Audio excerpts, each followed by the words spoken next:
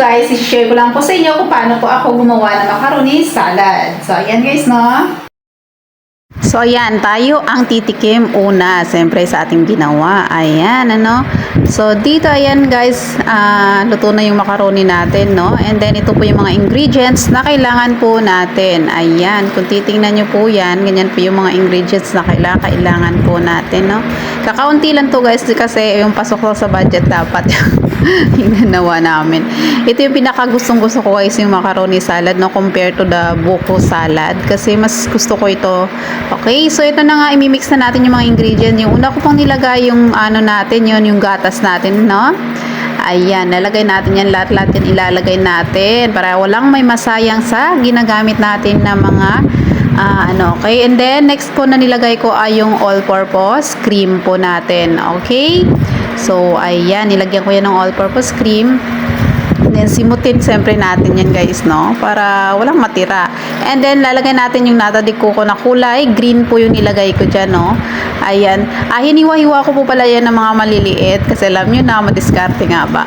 O, ito. And then, next natin po, nilagay ko rin po yung nata de coco na kulay red po. Ayan, nilagay ko rin dyan, no? Tingnan yung ganda ng kulay. And then po, nilagay ko yung snap ko na mga maliliit na cheese dyan, guys, no? So, ayan. I-mix-mix lang po natin yan lahat-lahat.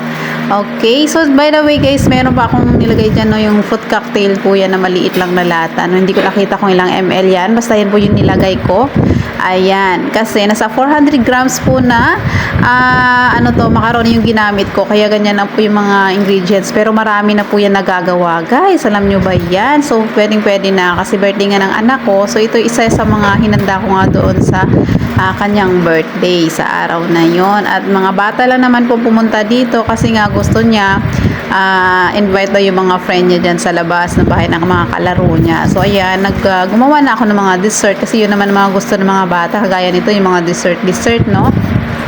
So, ayan. Naku, natatakam na talaga ako guys. By the way guys, hindi ko pala na i-video. Meron pala akong nilagay pa dito na mayonnaise, no?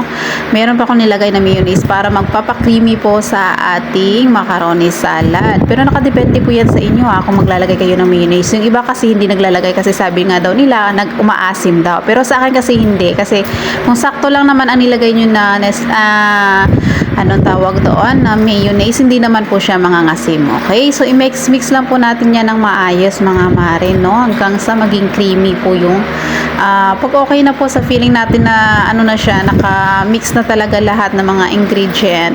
So yan, o diba, masarap na yan guys. And then ayan na nga, nilagay ko na nga yan sa mga lagayan guys.